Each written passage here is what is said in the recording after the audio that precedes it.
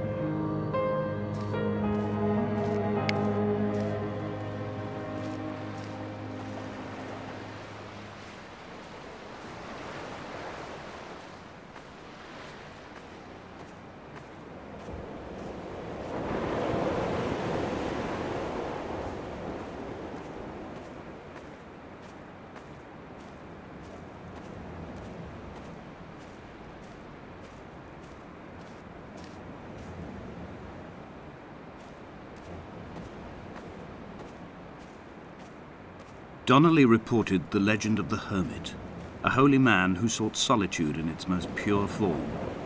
Allegedly, he rowed here from the mainland in a boat without a bottom, so all the creatures of the sea could rise at night to converse with him. How disappointed he must have been with their chatter. Perhaps now, when all that haunts the ocean is the rubbish dumped from the tankers, he'd find more peace. They say he threw his arms wide in a valley on the south side, and the cliff opened up to provide him shelter. They say he died of fever 116 years later. The shepherds left gifts for him at the mouth of the cave, but Donnelly records they never claimed to have seen him. I have visited the cave and I have left my gifts, but like them, I appear to be an unworthy subject of his solitude.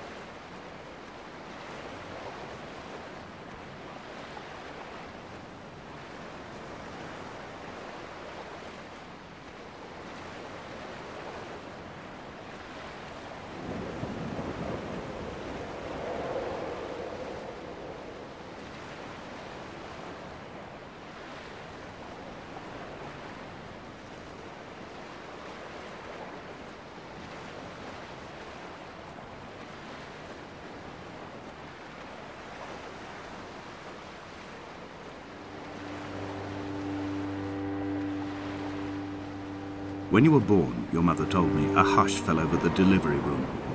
A great red birthmark covered the left side of your face. No one knew what to say, so you cried to fill the vacuum. I always admired you for that you cried to fill whatever vacuum you found. I began to manufacture vacuums just to enable you to deploy your talent. The birthmark faded by the time you were 6 and had gone completely by the time we met, but your fascination with the empty and its cure remained.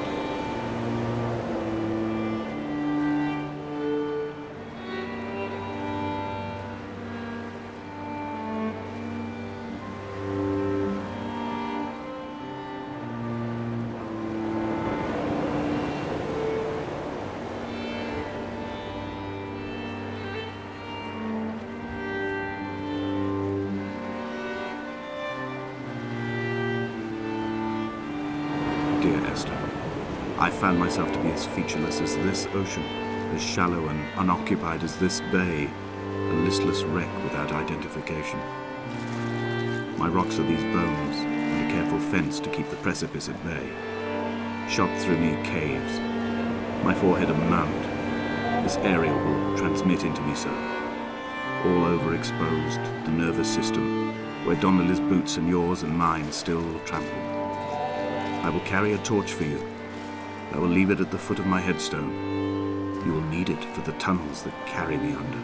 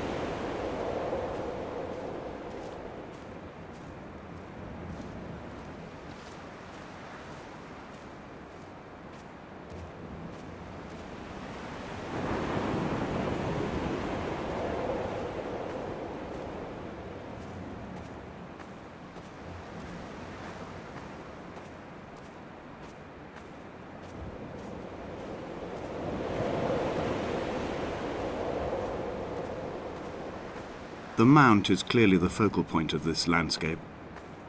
It almost appears so well placed as to be artificial. I find myself easily slipping into the delusional state of ascribing purpose, deliberate motive to everything here. Was this island formed during the moment of impact?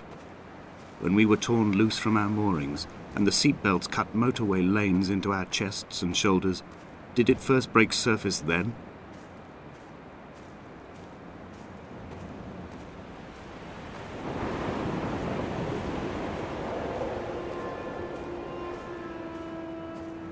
When someone had died or was dying, or was so ill they gave up what little hope they could sacrifice, they cut parallel lines into the cliff, exposing the white chalk beneath.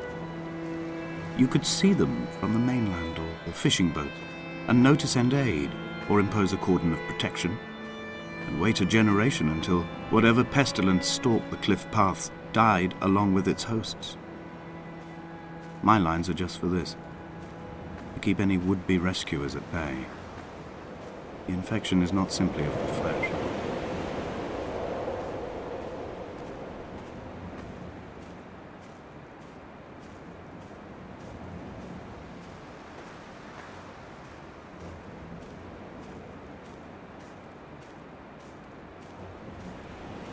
They were God-fearing people, those shepherds.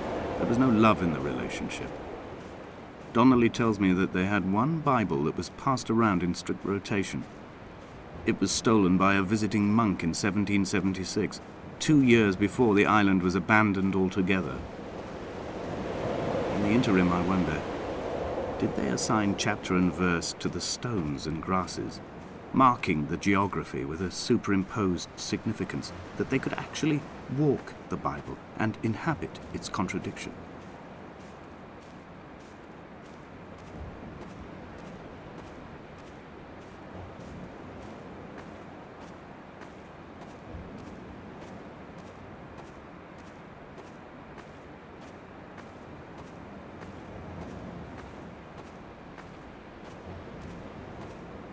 Dear Esther, I met Paul. I made my own little pilgrimage. My Damascus, a small semi-detached on the outskirts of Wolverhampton. We drank coffee in his kitchen and tried to connect to one another. Although he knew I hadn't come in search of an apology, reason or retribution, he still spiraled in panic, thrown high and lucid by his own dented bonnet. Responsibility had made him old. Like us, he'd already passed beyond any conceivable boundary of life.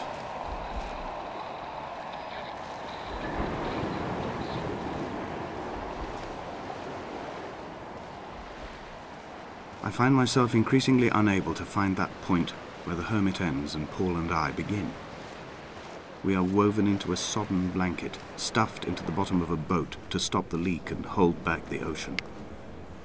My neck aches from staring up at the aerial. It mirrors the dull throb in my gut where I am sure I've begun to form another stone. In my dreams, it forms into a perfect representation of Lot's wife, head over her shoulder, staring along the motorway at the approaching traffic in a vacuum of fatalistic calm.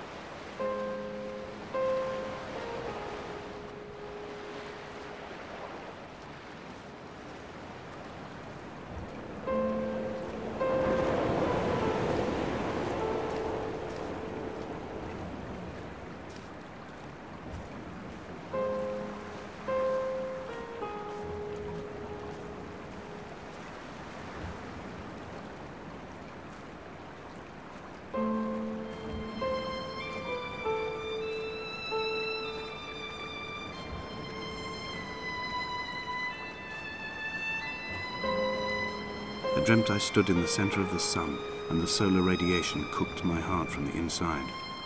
My teeth will curl and my fingernails fall off into my pockets like loose change. If I could stomach, I'd eat, but all I seem capable of is salt water. Were the livestock still here, I could turn feral and gorge. I'm as emaciated as a body on a slab, opened up for a premature source of death. I've rowed to this island in a heart without a bottom, all the bacteria of my gut rising up to sing to me.